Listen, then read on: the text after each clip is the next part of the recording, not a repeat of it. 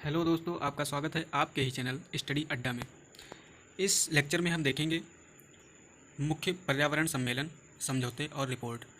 यह पारिस्थितिकी एवं पर्यावरण के अंतर्गत आता है और यह बहुत ही महत्वपूर्ण टॉपिक है यूपी पीसीएस के लिए और लोअर पीसीएस और जो भी यूपी से रिलेटेड एग्ज़ाम या स्टेट लेवल के एग्ज़ाम हैं उनके लिए। तो हम देखते हैं, शुरू करते हैं। पहला पॉइंट, स्टॉकहोम सम्मेलन 1972। स्टॉकहोम स्वीडन की राजधानी है। यहाँ पर ये सम्मेलन हुआ 1972 में।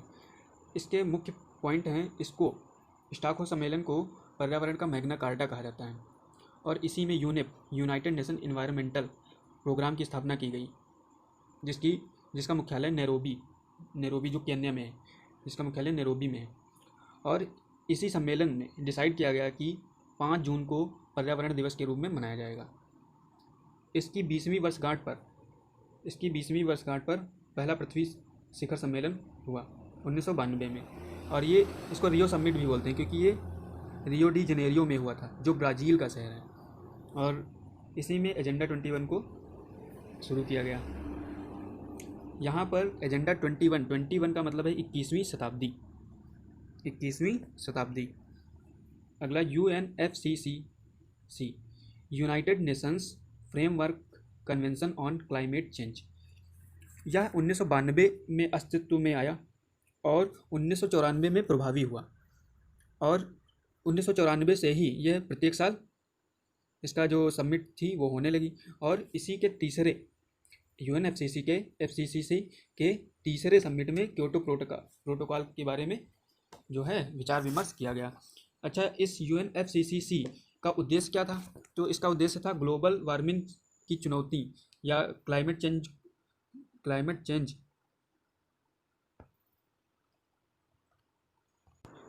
चेंज से जो उनकी चुनौतियों को निपटना। आगे बढ़ते हैं दोस्तों। क्योटो जापान का शहर है। तो यहाँ पर सबमिट हुई, तो यहाँ इस प्रोटोकॉल को साइन किया गया। ये 1997 में स्वीकृत किया गया और 2005 से प्रभावी हुआ। बहुत ही कम समझौते होते हैं इंटरनेशनल लेवल पर जो बाध्यकारी होते हैं। तो ये क्योटो प्रोटोकॉल कानूनी बाध्यकारी समझौता है, अर्थात इसमें जो भी देश साइन करेगा तो इसके द्वारा जो नियम बनाए जाएंगे उन सबको पालन करना ही होगा। इसका उद्देश्य था 6 जो ग्रीन हाउस गैसेस होती हैं उनके उत्सर्जन में कमी करना। और ये जब हुआ था समिट, तब ये डिसाइड किया गया कि जो डेवलप्ड कंट्री हैं वो अपना कार्बन उत्सर्जन और ये ग्रीन हाउस गैसेस का उत्सर्जन जो होता है उसको कम करेंगे। ये 6 ग्रीन गैसेस हम देख लेते हैं। CO2 कार्बन डाइऑक्साइड, मीथेन यानी CH4, nitrous oxide, sulphur hexafluoride, hydrofluorocarbon, perfluorocarbon. Bharat ने इस प्रोटोकॉल पर 8 अगस्त 2017 में साइन किया था। 8 अगस्त 2017 में। ये बहुत ही इंपॉर्टेंट क्वेश्चन है। भारत ने क्योटो प्रोटोकॉल पर कब साइन किया, तो ये आपको बताना पड़ेगा।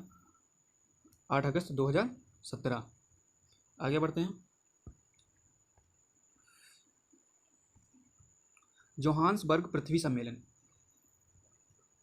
क्योटो प्रोटोकॉल जोहान्सबर्ग पृथ्वी सम्मेलन, इसको बोलते हैं रियो 10, क्योंकि ये रियो समिट यानी कि प्रथम पृथ्वी शिखर सम्मेलन के बाद भी 10 साल बाद हुआ था और ये रियो में हुआ था, तो इसको रियो समिट बोलते हैं। और इसके 10 साल बाद हुआ तो इसको बोलते हैं रियो +10 और इसी को बोलते हैं द्वितीय पृथ्वी सम्मेलन।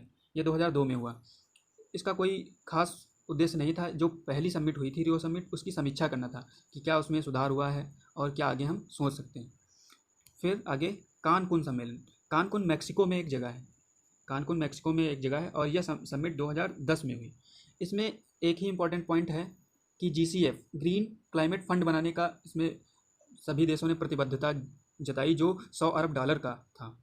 अब इस फंड से क्या होगा, जो गरीब देश हैं उनकी मदद की जाएगी, वहाँ पर जो भी पर्यावरण संबंधी समस्याएं हैं उनका निदान किया जाएगा। इसी के लिए ये प्रतिबद्धता जाहिर की गई, लेकिन ये 2014 में बना।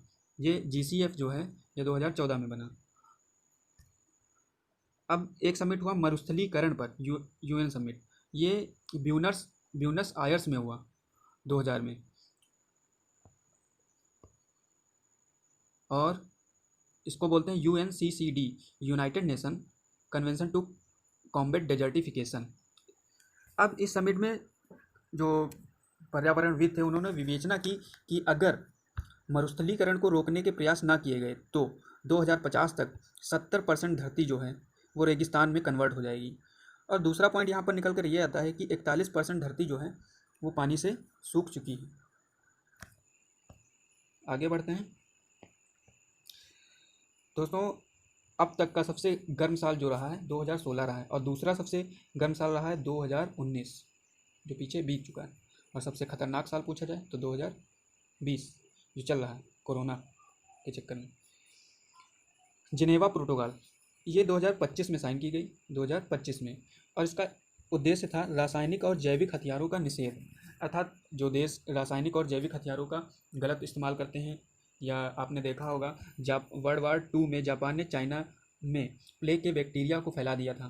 तो ये जो बैक्टीरियल लड़ाई होती हैं या बैक्टीरिया वायरस, इनके द्वारा जो ये लड़ाइयाँ लड़ी जाती हैं, इनको रोकने के लिए, क्योंकि ये परमाणु हथियारों से भी ज़्यादा खतरनाक होती हैं, तो इसके लिए एक प्रोटोकॉल साइन किया गया। जिनेवा जो है स्विट्जरलैंड में है, तो यहाँ पर ये प्रोटोकॉल साइन किया गया। अगला sites, convention on international trade in endangered species of wild fauna and flora. Fauna means किसी लोकल एरिया के जो भी जीव जंतु होते हैं उनकी प्रजाति, और फ्लोरा जो वहाँ की वनस्पति होती है, जो लोकल वनस्पति होती है उसकी स्पीसीज। तो इस पर ये जो है इसका साइट्स इसको बोलते हैं। साइट्स का कोप 17 ये जोहान्सबर्ग 2016 में हुआ। जोहान्सबर्ग साउथ अफ्रीका में है। ये इम्पॉर्टेंट इसलिए है क्योंकि करंट में पेंगोलिन जानवर का नाम चल रहा है, और पेंगोलिन की 8 प्रजातियां टोटल होती हैं, और इन 8 प्रजातियों को साइट्स की पहली लिस्ट में शामिल किया गया है।